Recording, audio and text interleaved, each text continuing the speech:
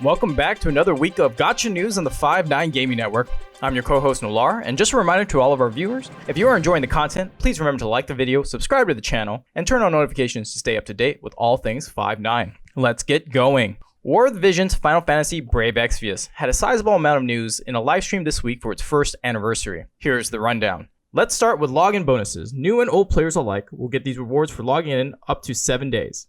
6,000 Visior, 600 UR unit shards, 14 million gil, 140 potions, and some other goodies as well. There's also a daily login bonus that gives players more Visior, summoning tickets, mats, and a first anniversary thank you gift. Players can claim 2,000 more Visior and first anniversary Hiryoki's gifts just by logging in once. If this already seems like a lot, well, believe me, there's a ton of more rewards to go through.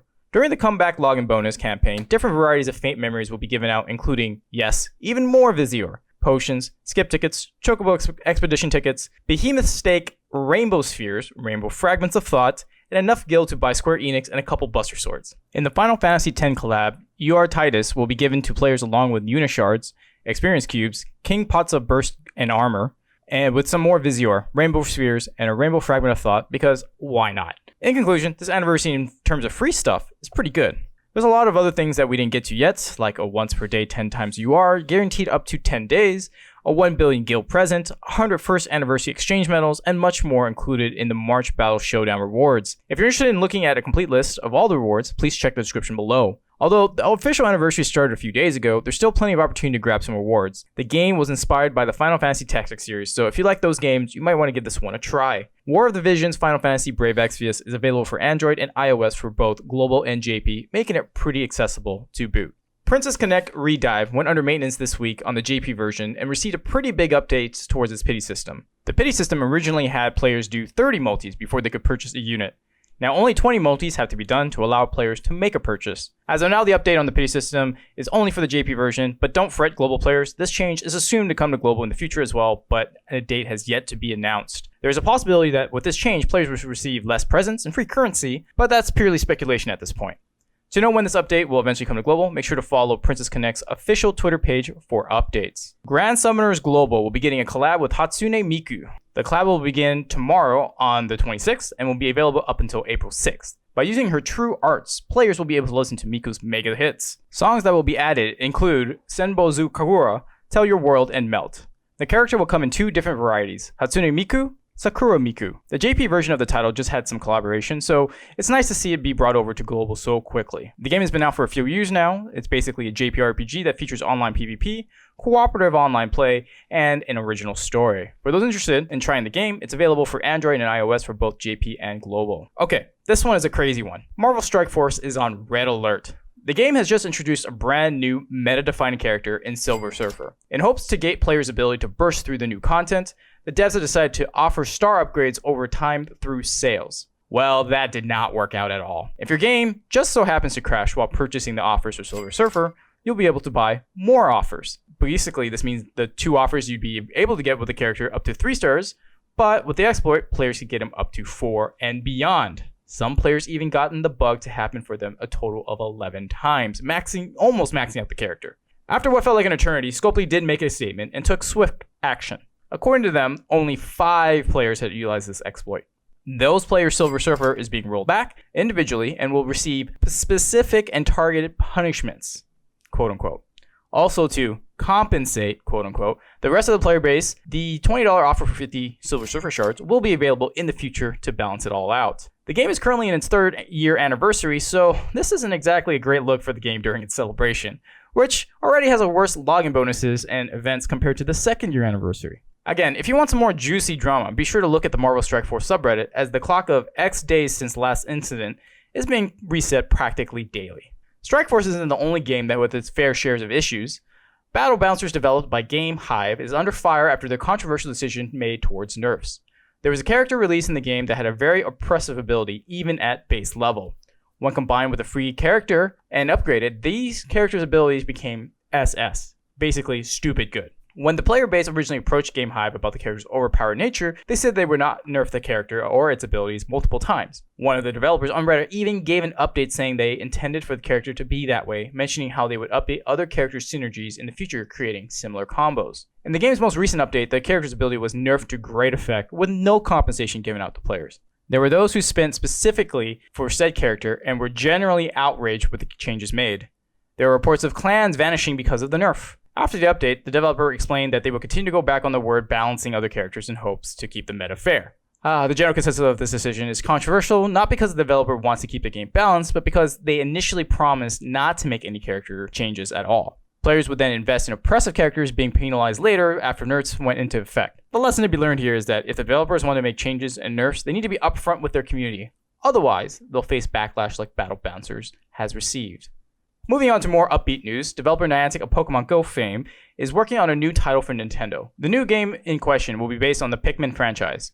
Info on the title has been scarce so far, but developer Niantic says they plan to make the app encourage users to walk around, making the experience more enjoyable. The game will feature AR elements similar to Pokemon Go. Shigeru Miyamoto has praised Niantic's works thus far, stating, "Niantic's AR technology has made it possible for us to experience the world as if Pikmin are secretly living all around us." When Pokemon Go originally released, there was an influx of users going outside to enjoy the app. It has since been updated for the way we all live right now. It'll be interesting to see how this game will adapt to the pandemic, since many will be cautious about exploring outside. The game is currently set to release later this year. For those interested in the updates to the title, make sure to follow the game's official Twitter page and website for details.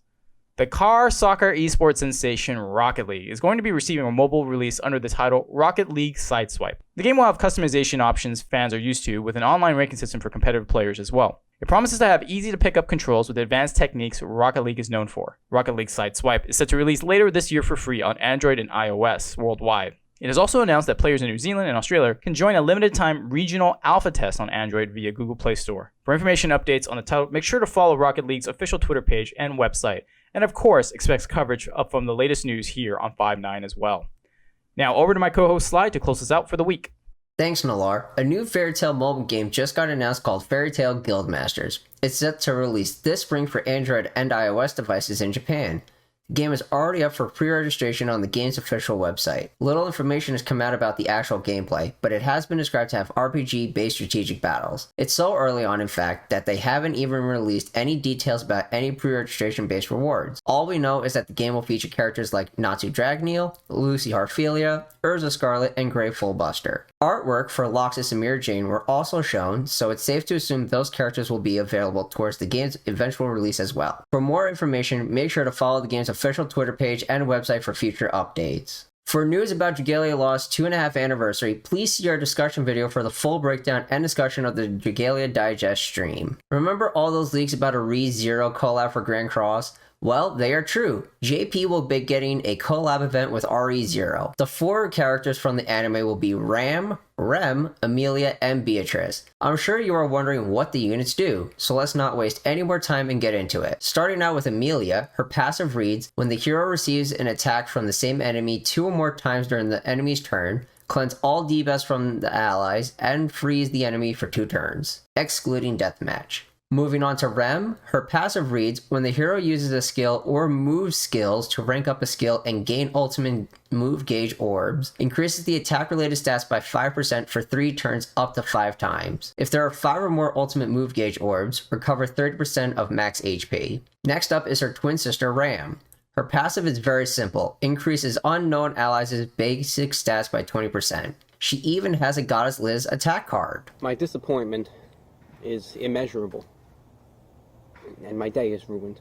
Last but not least is Beatrice. Her passive reads, increases the hero's HP related stats by 5% for each unknown ally in battle. Recovers HP of unknown allies by 60% of the amount of the hero recovers using skills. Applies when entering the battlefield. Like with all new units, there are cosmetics available. However, because they are exclusive cosmetics, they will not be available for gems, only real money. So if you're unsure whether or not you want to get these cosmetics, please think it over carefully before deciding. A special treat for all players is that Ram will be available to be acquired for free upon completing special missions. So you know how a unit has awakening levels up to 6 stars and then super awakening on top of it of up to 4? Well, now they are adding in a new level of up to 5. As compensation to help relieve this burden a little bit, they're going to be giving out 100 free Super Awakening coins to all players. So, Global had a special lottery event going on to celebrate the release of Assault Mode Meliodas. However, it ended sooner than expected. Why, you might ask? Turns out that someone was able to rewrite the game's code and infinitely rolled the lottery to claim all the rewards. What was Netmarble's response, you might be wondering? Their response, and I quote, "The Lucky Box event that ran to celebrate the release of Assault Mode Berserk Meliodas has ended early thanks to everyone's fervent support. However, because the reward quantities were not refreshed in real time, it looked as if the lottery rewards suddenly disappeared to some nights.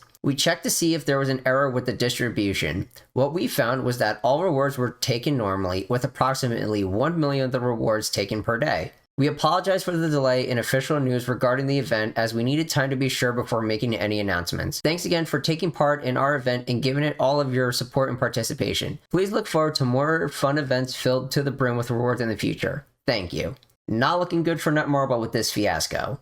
Pokemon Masters is getting its last Pokefair of its 1.5-year anniversary celebration in Diantha and Gardevoir. Fun fact, this is the last sync pair that is featured on the title screen that needed to be added to the game. The game has been lacking a Fairy Striker for a good amount of time, and Gardevoir fills that void perfectly. Being a strike style unit, Gardevoir is more built for damage than anything else. Her sync node, called Devastation, which is what Hydreigon has, where the lower the target special attack, the more it powers up the sync move. And given that Gardevoir is a strike-based unit, her EX upgrade makes her sync move become an AoE attack. So pairing Gardevoir with a unit like Houndoom, who has Snarl, which is an AoE attack that lowers the special attack, Gardevoir can go nuts. Especially paired with Xerneas, whose sync move is Geomancy but affects the whole team, Gardevoir will enjoy her time nuking the enemy field. Her passive, called Hit the Gas 5, increases the amount of move gauge / needed for moves by 1, but in return it makes the move hit a lot harder. Sync nodes such as Moonblast Power +3 essentially becomes +4 or +5.